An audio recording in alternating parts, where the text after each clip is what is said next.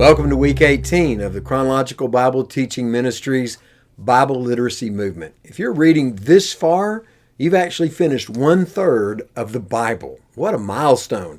And we're proud of you for your staying with it, and you're growing because of it. We finished last week looking at David. David's son Absalom rebels. His life is lost, and David grieves. David experiences the pain of grief because of the loss of Absalom, and God begins to move him into a new phase of life where he unpacks the final years of David's kingdom. We see David's psalms that he sings. We begin to go into the period of the psalms. We see David's mighty men.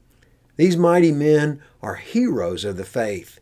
David started off, if you remember, with a group of a motley crew, you could call it, a group of those who are discouraged, distressed, and in debt.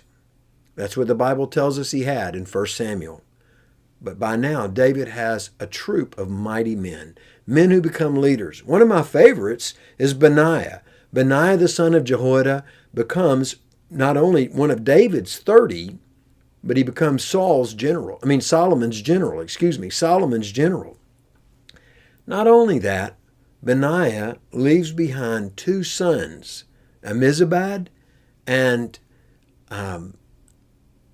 Jehoiada the second is named after his grandfather. One of them is a mighty warrior, and the other is the king's counselor.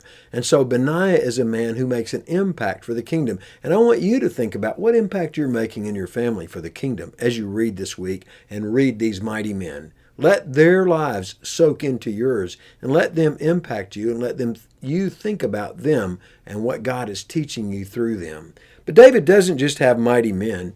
David writes sweet psalms. In fact, the Bible calls him the sweet psalmist of Israel.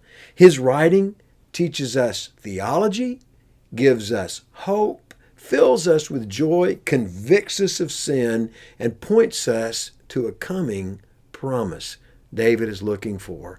David's heart is filled with hope because of what he's learned.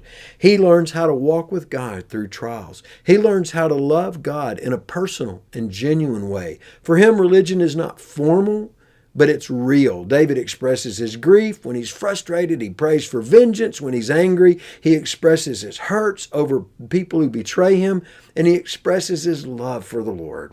And that love is a genuine, passionate love. Because David is a deeply passionate man, it's no surprises that the Psalms run the gamut of human emotion and human passion. So as you read, look for what God is teaching you through the Psalms. God has a message to teach you and me as we walk with David as he sings the sweet Psalms of Israel.